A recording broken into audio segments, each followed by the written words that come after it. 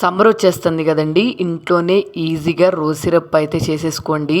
నేను చెప్పినట్టు చేస్తే అచ్చం బయట ఎలా ఉంటుందో ఇంట్లోనే కెమికల్స్ ఏమీ లేకుండా నార్మల్గానే తయారు చేసుకోవచ్చు. ఈ రోజ్ సిరప్ చేసుకోవడానికి మనకైతే సెంటు గులాబీలను దొరుకుతాయి. అవైతే తీసుకొని రెక్కలన్నీ తీసేసి నీట్గా వాష్ చేసుకొని గిన్నెలో వేసుకొని వాటర్ అయితే వేసుకోవాలి. మనం కెమికల్స్ ఏమీ యూజ్ చేయట్లేదు కాబట్టి కలర్ కోసం అయితే బీట్రూట్ వేసాను.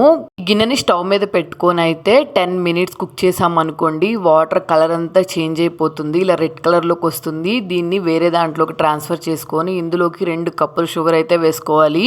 మనం తీసుకున్న వాటర్ కంటెంట్ కి తగ్గట్టు అయితే షుగర్ తీసుకోవాలి, ఎక్కువ తక్కువ అని చెప్పి. షుగర్ వేసిన తర్వాత లో ఫ్లేమ్ లో పొయ్యి దగ్గరే నించొని పాకం కొంచెం చిక్కగా అయ్యేంత వరకు అయితే దగ్గర పడేటట్టు చూసుకోవాలి.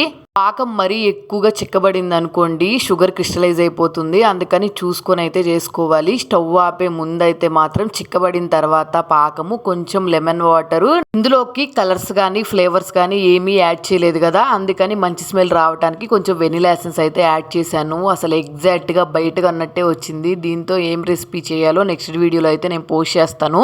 మీరు ఇంట్లోనే కన్ఫామ్ గా ట్రై చేయండి, నేను చెప్పినట్టు చాలా బాగా వస్తుంది.